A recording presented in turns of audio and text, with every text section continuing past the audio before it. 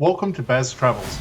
After driving 14,826 kilometers through 24 states and Washington, D.C., I've seen rocket launches to the Grand Canyon and Hoover Dam. I've explored Route 66, ghost towns, deserts, snow, and beaches on both coasts. From Vegas casinos to Alcatraz, the White House to Hollywood.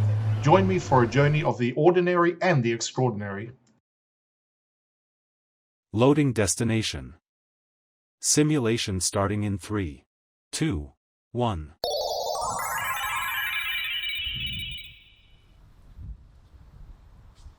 To look around, move your phone or tablet.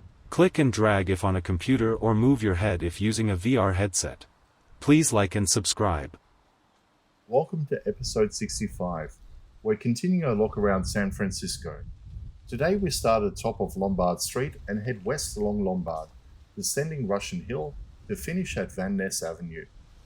We begin at Hyde Street, but instead of taking the famous zigzag to the east, we turn our backs on the curves and set out west on the straight, steep side of Lombard. This is classic Russian Hill terrain: stair-stepped sidewalks, retaining walls, and a patchwork of early 20th century flats, small apartment houses, and a few mid-century infill buildings. The grade here tells you why San Francisco's innovated everything from cable cars to stepped pavements. Walking this block is a reminder of the city's topography has always shaped daily life.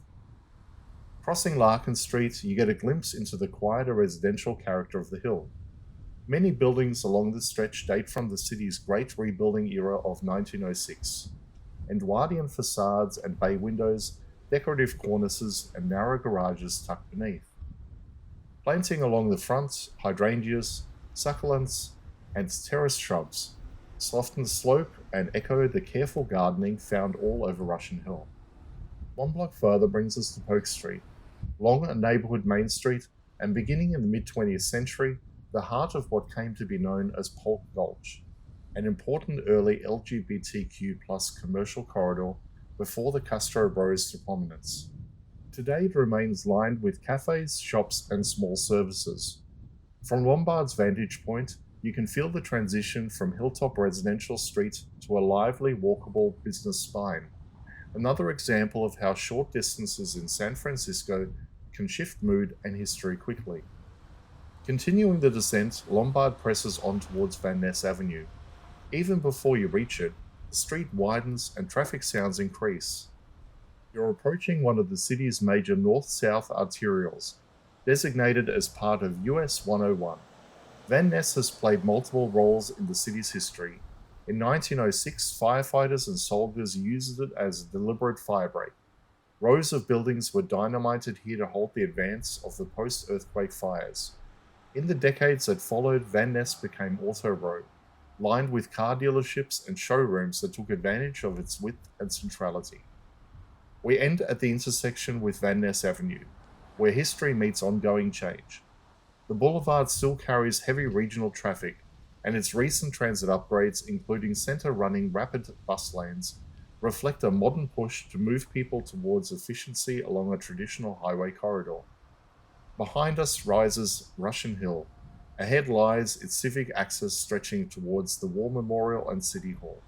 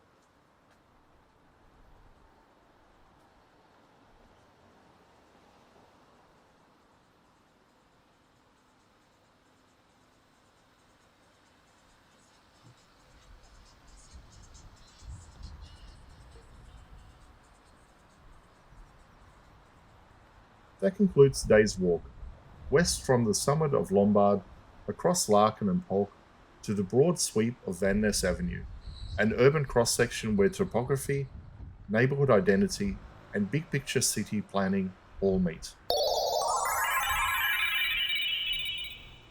Simulation terminated. Please comment, like and subscribe.